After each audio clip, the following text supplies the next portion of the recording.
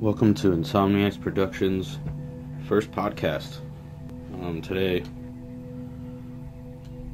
I don't really know what I'm gonna name this one, but basically it's gonna deal with mysterious news and unexplained events that have happened over the last month or week or so. I just compiled a couple stories that I wanted you guys to hear and get your opinions about, and I'll give you my opinions as well on them.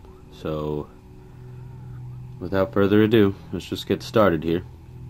So the first story I have is a UFO over Paris. I guess apparently there's been sightings of a cigar-shaped spaceship with blinking beams of light. If you go into the About section below and look at the links, I've provided links for all these stories, and this one has a YouTube video that goes with it. So let me just read you this article real quick.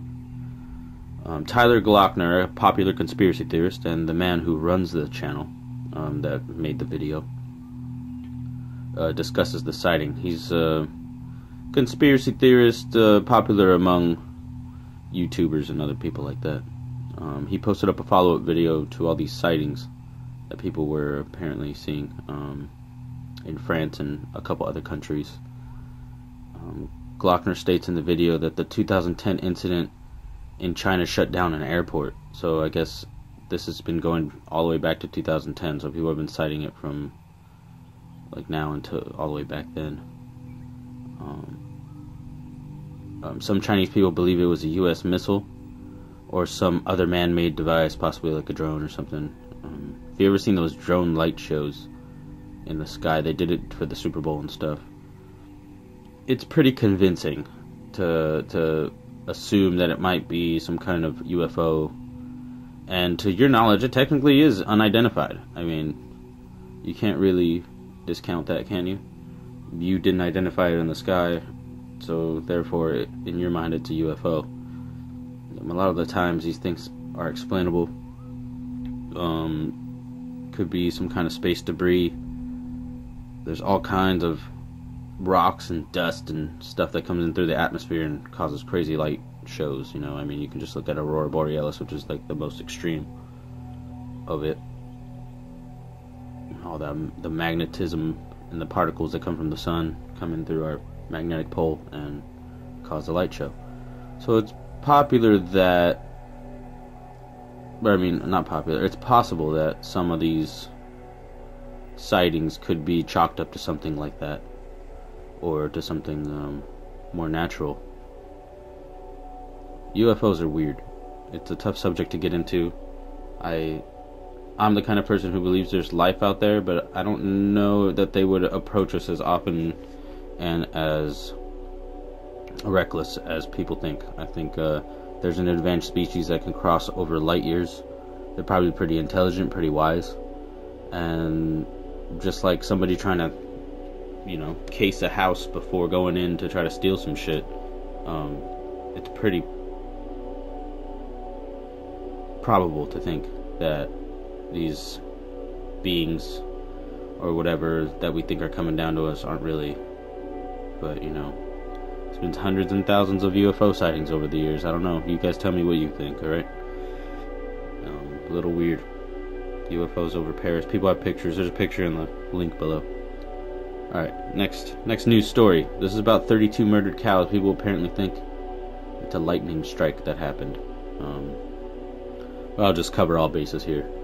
Missouri farmer Jared Blackwelder and his wife Misty were devastated to discover 32 of their dairy cows had been obliterated after a terrifying storm on April 29th. They believe their farm in Missouri had been hit by a devastating lightning strike that wiped out their entire herd. The cows that perished were all certified organic and costed about $2,500 each. I could not imagine losing $2,500 times 32, Jesus. It's a lot of money, and it would devastate me, especially if it's my livelihood. It's not like they are pets, but the ones I'm milking, I've raised every one of them, Blackwelder told reporters at the time. But since the bizarre mass killing, many conspiracy theorists have questioned the real reason for the cows' deaths. So at this point, people are thinking it's probably like aliens or something. A YouTube user and so-called truth seeker Secure Team 10 speculated that the bizarre nature of the deaths suggests there could be another otherworldly explanation. It would seem that we have a new trend that's really only been happening over the past couple of years, where we're seeing mass animal die-offs all at one time. All of it being blamed on lightning strikes, this YouTuber guy says. We didn't hear about this stuff back in the day, and in all of these cases, none of these farmers actually saw the lightning. He explained that cattle mutilations are well known in the UFO community, suggesting aliens could be behind the unexplained slaughters. Can all of this really be blamed on a magical single lightning strike that would occur without even a storm being present? He says. I'm wondering if there's a cover-up here. More than 129,000 people have watched this clip in less than 24 hours on YouTube. Viewers were equally skeptical about the reasons for the mass cow killings. I've been raised on and near farms for over 50 years, and I've never heard of this until the last year or so. 1 or 2 killed during a big storm I've seen twice. That's about it, one viewer said. Another person commented, the bodies don't even look mildly scorched. And off the top of my head, after such a strike, would there be water on the ground unless it rained afterwards? This is more than a lightning strike. So here's my opinion about this. I think people watch too much South Park. I'm not a skeptic. Alright, let me just say that off the bat. I'm the kind of person who likes to tease these ideas. I won't go full bore like an Eddie Bravo, who's a massive conspiracy theorist, or, probably more appropriate for you guys, a Fox Mulder who believes in all this kind of stuff. I want to believe, just like Mulder does, but I don't know.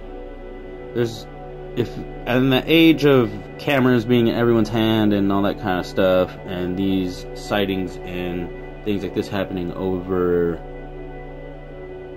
decades and decades, I don't really think it would be logical for you to think that it's aliens if we can't really capture them on film. Now, people argue there, we have caught thousands of UFOs on film, but are they really UFOs? Has anybody really shook an alien's hand? These are the questions you need to ask yourself before really delving into this kind of stuff. You don't want to get crazy. It's fun to tease the idea, if you really want to sit there and put yourself in the situation where you really believe this is happening. It's kind of fun to think about all the possibilities and stuff. That being said, it doesn't mean that it's not aliens.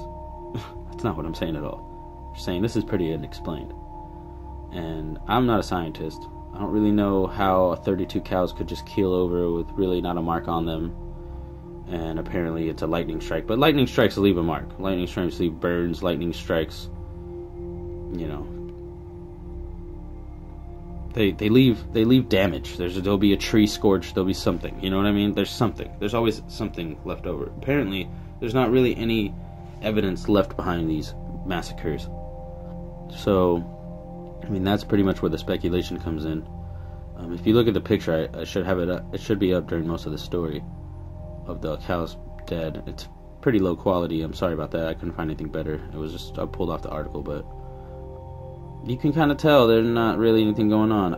Maybe there's a stream nearby where the lightning struck and somehow charged the particles in the water, and it shocked them almost like a stun grenade, not a stun grenade, sorry, like a stun gun or something, and they just keeled over, after having a heart attack. I guess you would have to do autopsies on the cows and to really see what the cause of death was. How did they die? Did they die of brain hemorrhaging? Did they die of burns? Did they die of a heart attack? What happened? Maybe another explanation could be they just had some kind of disease or something and no one really knew. But if they're 100% organic, they should be pretty healthy. Those kinds of cows, even though raising animals in captivity is kind of fucked up, cows and those kinds of herding animals, they're pretty. They tend to live better in captivity than they would in the wild, because they get eaten by wolves before they could get too fat or whatever. Anyway, you give me your thoughts on that story. I don't know. I thought it was a little interesting. That's why I threw it on here. This next one is kind of short, but it interested me just because I don't know. So kids are cool, man, and a lot of people say they're the future and everything, but I think that little kids, because they are new and haven't been predisposed to too many things.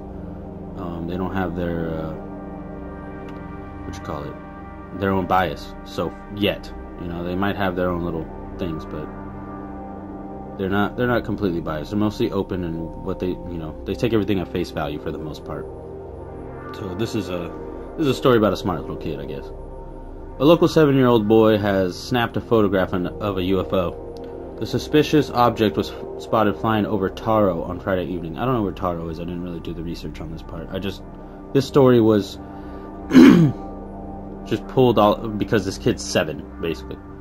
This kid's name is Halo Galley, and he's been fascinated with the Roswell UFO incident, where a spaceship had crashed in America in 1947, and he is convinced his photograph is proof of an alien spaceship closer to home. He was in the yard with his dad and 4-year-old sister when he asked his dad for his iPhone, his mom Tanya Beasley said.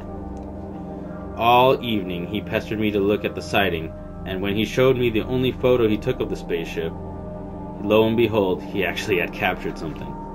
Halo insisted the photograph be sent to the newspaper. So the picture should be of, I don't know what you guys think. It just looks like a light in the sky to me, maybe like a lens flare or something, but pretty pragmatic for the kid to go out there and snap a photo and be persistent about it. Oh, you tell me. This next one's going to be kind of lengthy. It has some backstory to it, and I don't know, it's probably I think it's the most convincing one of all of them, just because the legend's been going on for so long. But I don't know, a lot of you might be skeptics about it. To me, I don't know, I like this kind of stuff, monsters and vampires and stuff, and I really wish Loch Ness was real, and the Wendigos and Skinwalkers and stuff like that. Even though it's scary as fuck, I really wish. There's something about monsters that I've always been into, and horror, and those slasher movies, or just that that lore. You can go all the way back to Jeepers Creepers and stuff like that. I like that kind of stuff. And speaking of Jeepers Creepers, this is kind of pretty close to Jeepers Creepers, actually. So this is the story of the return of the Mothman. Now, I'm going to give you some backstory on the Mothman, for those of you who don't know what the Mothman is. Anybody who's seen the Mothman prophecies or read the book, you probably have more insight than I do, because I just kind of stumbled across this just reading this morning, and I decided that it would be an interesting way to close out the podcast. So, let me just give you some backstory on the Mothman now. Sorry about ranting. Anyway, in West Virginia folklore, the Mothman is a legendary creature reportedly seen in the Point Pleasant area from November 12, 1966 to December 15, 1967. The first newspaper report was published in the Point Pleasant Register, dated November 16, 1966, titled "Couple Sees Man-Sized Bird Creature Something." The national press soon picked up the reports and helped spread the story across the country. The Mothman was introduced to a wider audience by Gray Barker in 1970, and later popularized by John Keel in his 1975 book, The Mothman Prophecies, claiming that there were supernatural events related to the sightings and a connection to the collapse of the Silver Bridge. The Mothman is the subject of regional folklore and popular culture. The 2002 film, The Mothman Prophecies, starring Richard Gere, was based on Keel's book. An annual festival in Point Pleasant is devoted to the Mothman legend. The reports are being investigated by the U.S. Mutual UFO Network, MUFON. MUFON is the world's largest organization dedicated to UFO and alien research, but also looks at the other paranormal cases reported to it. So the Mothman, obviously this creature stems from West Virginia folklore. It's where it started, where these stories were reported. It was a legendary creature reported, obviously, to be seen in Point Pleasant from November to December of the next year. Basically, that's pretty much all you need to know. It looks like a big moth looking thing. It's like 7 feet tall almost, and has a huge wingspan. It's terrifying. So let's fast forward to now, where the story that I read comes to place. Splattered around history has been, since the first sighting, there's been sightings, but this one holds a little more water because 3 separate people in 3 different parts of the city, who had no relation, no friendship, didn't know each other, reported seeing the Mothman over a 4-hour period. So Roger Marsh, MUFON Director of Communications, said a Mothman-type creature is reported in Chicago by being seen by 3 separate witnesses over a 4-hour period, according to MUFON reports. The cases took place between 10 p.m. on April 15th and 2 a.m. on April 16th. Please be aware of all case details until investigation is complete. At this point in the investigation, a hoax can't be ruled out. So they've done a little bit of research and they can't rule out that it wasn't the Mothman. The first witness was out on Lake Michigan with her husband and 2 other couples celebrating a friend's birthday. She said, we were about 2 miles out on the lake just off Montrose at about 10 p.m. We were enjoying ourselves, and when I happened to look up and saw what looked like a giant bat, not like a fox bat. This bat was as tall as my husband. It was 6'4", maybe even bigger. She said it looked solid with black eyes that seemed to reflect the moonlight. She then added, this bat circled the boat 3 times in a complete silence before heading off towards Montrose. It quickly blended into the night sky and was gone in seconds. About 5 minutes after seeing the creature, the same witness saw a bright green object traveling north to south at the horizon. She then said, I began feeling this overwhelming sensation of dread and told my husband that I felt that it was prudent that we get off the water as quickly as possible. She was freaked out. 30 minutes later, another witness was hanging out with my boys and a few friends in Chicago at 10:30.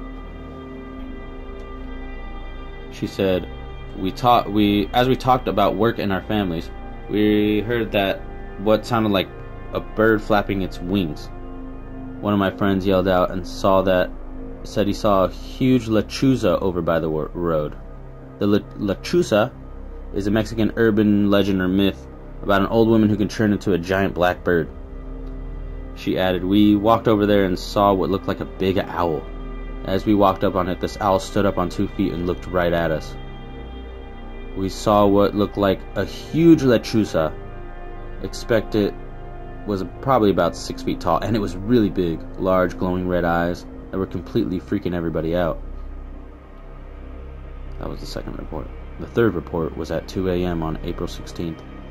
The man said, I arrived for work at 2 a.m. at the Chicago International Produce Market just off of Damon, and as I walked across the parking lot, a bunch of guys were staring up at the sky. I looked up and saw the biggest freaking owl I'd ever seen. I'm 6'2", 2 inches, and I'm guessing this thing was at least a foot taller than me.